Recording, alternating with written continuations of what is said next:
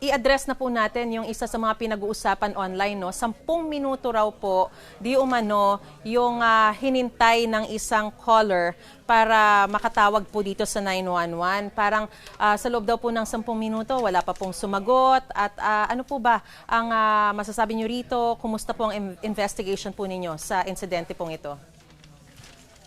Una-una po, Ma'am Maris, gusto po ng ating Secretary John Vic Remulla at saka yung buong Unified 911 team to extend their deepest condolences to yun nga po yung nasa FB post na nag-viral kay Mr. Basti Askri at saka buong pamilya sa pagpanaw po ng kanilang ama na si Mr. Oma Askri. Wala pong explanation that can take away po yung sakit at saka losing a loved one, especially after desperately seeking emergency assistance. Yung kanyang experiensya po ay deserves to be heard with respect, compassion, and seriousness. So, nung nalaman po ni Secretary John Vic Remulla yun nangyari, nag-create po siya ng isang team to review the handling of the 911 call and subsequent emergency response. So, ito po ay iniimbestiga ngayon. Meron na po tayong initial na mga reports na pumasok galing sa 911 at saka ganun din sa ating kapulisan na kasama din po na part din po ng 911. So,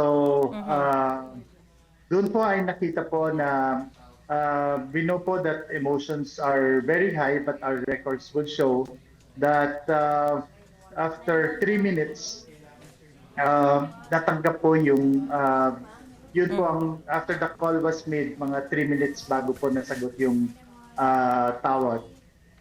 We know that hindi po yun substantial dahil po it's an emergency nga ho.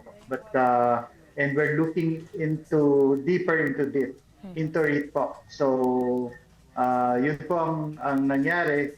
And but immediately after natanggap po yung call, we were on yung 911 po ay nasa tama naman proseso at saka oras po ang na undergo. So we are still continuing with the investigation. Alright. And we're going to get deeper into it po. Nabanggit din po kasi sa viral post na nagtatawanan daw at nagkukwentuhan pa yung mga personnel sa 911 na naririnig niya sa kabilang linya. Napatunayan po ba ito sa inyo pong investigasyon? At kung mapapatunayan po na ganito nga po ang nangyari, ano po ang magiging aksyon ng DILG dito?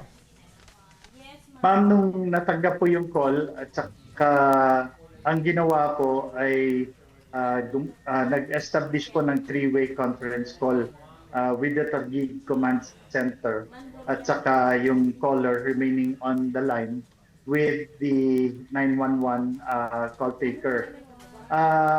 Doon po iniimbestiga po natin kung saan po nanggaling yung nagtatawanan.